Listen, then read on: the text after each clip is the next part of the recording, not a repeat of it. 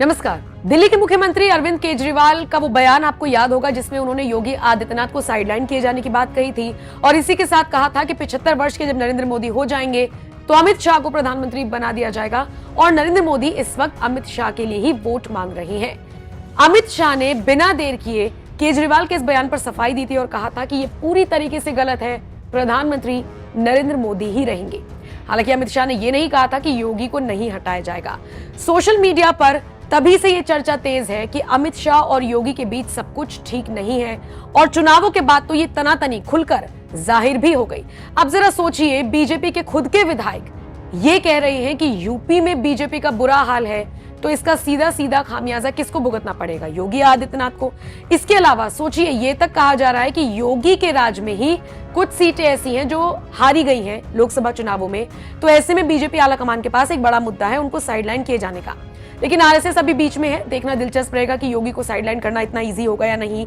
लेकिन इन सब के बीच एक बड़े पत्रकार हैं जिन्होंने बहुत दिलचस्प किस्सा सुनाया है। ये किस्सा है साल 2014 के आसपास का, जिसमें उन्होंने बताया है कि कैसे नरेंद्र मोदी ने योगी को सीएम बनाने के लिए उत्तर प्रदेश का खुद अपना फैसला पलट दिया था। सवाल उठाए हैं इस पत्रकार ने कि अगर कोई शख्स खुद किसी को सीएम बना रहा है तो वो अब उसे हटाएगा क्यों? हालांकि इन 10 सालों में कितना कुछ बदला है, या फिर अगर 2017 से लेकर 24 तक की यूपी में बात करें तो कितना कुछ बदला है, ये किसी से छिपा नहीं है। दूसरी बात, पत्रकार ने क्या कुछ कहा ये मैं आपको बताऊं उससे पहले बीजेपी के लिए एक बात कही जाती है और वो ये कि वो तमाम राज्यों में अपने रिमोट सीएम रखती है। कांग्रेस तो इसको लेकर खूब आलोचना करती रही है बीजेपी की। रिमोट सीएम का मतलब ये है कि सारी चीजें दिल्ली से चलेंगी और सिर्फ सीएम के पद पर किसी को बैठा दिया गया है। राजस्थान हो, छत्तीसगढ़ हो, जब आपको याद होगा चुनाव हुए, बीजेपी जीती और मुख्यमंत्रियों के नाम सामने आए, उस वक्त भी यही कहा गया कि किसी ऐसे शख्स को बैठा दिया गया है जो पूरी तरीके से दिल्ली से कंट्रोल होगा। हालांकि इसमें कितनी सच्चाई है और कितना झूठ ये तो उस प्रदेश की जनता बता पाएगी, क्योंकि अगर आप राजस्थान की बात करेंगे तो वहां भी कामकाज ठीक चल रहा है, आप छत्तीसगढ़ की बात करेंगे तो वहां पर भी ठीक ठाक है। लेकिन बात अगर यूपी की करें तो योगी अपनी फायर ब्रांड इमेज को लेकर जाने जाते हैं और शायद इसीलिए वो कठपुतली बनकर नहीं रहना चाहते थे।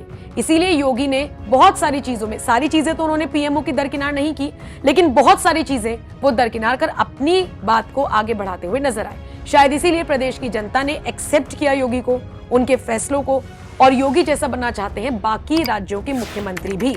चाहे आप असम चले जाइए, हिमंता बिस्वा शर्मा, चाहे आप उत्तराखंड के सीएम पुष्कर सिंह धामी को देख लीजिए, कुछ ऐसे फैसले लिए जा रहे हैं, बुलडोजर एक्शन हो या फिर मदरसों को लेकर एक्शन हो, जिसमें यह कहा जा रहा है कि हाँ, योगी आदित्यनाथ से सीखकर ये राज्य और ऐसे कई राज्य आगे बढ़ रहे हैं। अब पत्रकार ने क्या कुछ कहा था वो खुलासा मैं आपके सामने करती हूँ। वरिष्ठ पत्रकार जिनका नाम प्रदीप सिंह है, उन्होंने एक न्यूज चैनल को बताया कि योगी आदित्यनाथ के मुख्यमंत्री बनने का प्लान पूरी तरीके से 2014 में नरेंद्र मोदी का था। हालांकि उसी दौरान एक मिशन पर जाना था भारत के एक डेलीगेशन को। बताया जा रहा है कि इस डेलीगेशन का नेतृत्व योगी आदित्यनाथ को करना था और योगी आदित्यनाथ के नाम का प्रस्ताव भी नरेंद्र मोदी ने ही दिया था। यहां तक कि चूंकि उस वक्त विदेश मंत्री सुषमा स्वराज हुआ करती थी तो उन्होंने पूछा था नरेंद्र मोदी से कि इस डेलीगेशन का नेतृत्व कौन करेगा, तो नरेंद्र मोदी ने यह तो बता दिया था कि योगी आदित्यनाथ, लेकिन यह नहीं बताया था कि उनके लिए कुछ और भी सोचा गया है, यानी उत्तर प्रदेश के मुख्यमंत्री की कुर्सी। हालांकि जब डेलीगेशन की लिस्ट सुषमा स्वराज के पास आई तो उसमें से योगी का नाम कटा हुआ था। तो फिर सुषमा स्वराज ने कहा कि आप तो कह रहे थे कि वो नेतृत्व करेंगे, यहां तो उनका नाम कटा हुआ है। फिर भी सुषमा स्वराज को कुछ नहीं बताया गया। यूपी विधानसभा चुनावों के नतीजों से कुछ वक्त पहले पूरी तरीके से फाइनल कर लिया गया था कि योगी ही सीएम होंगे। अमित शाह को यह बात बता दी गई थी, अमित शाह को कोई आपत्ति नहीं थी और उसके बाद इसे सीक्रेट रखा गया था। और आपको याद भी होगा किस तरीके से एकदम से ये नाम आया था।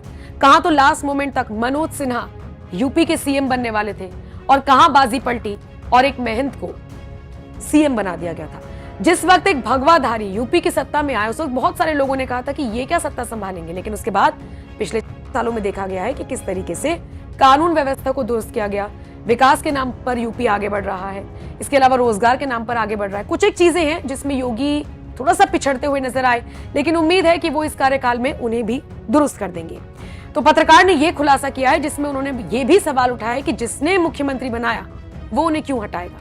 हालांकि पत्रकार को यह चीज देखनी चाहिए कि इन 10 सालों में 2014 से 24 तक और 17 में जब से योगी आदित्यनाथ यूपी में आए तब से लेकर अब तक बहुत सारी चीजें बदली हैं। और ऐसे में हो सकता है उनको लेकर कोई बड़ा फैसला लिया जा सके। आप इस खबर को लेकर क्या राय रखते हैं? कमेंट करके अपनी राय हमें जरूर दें।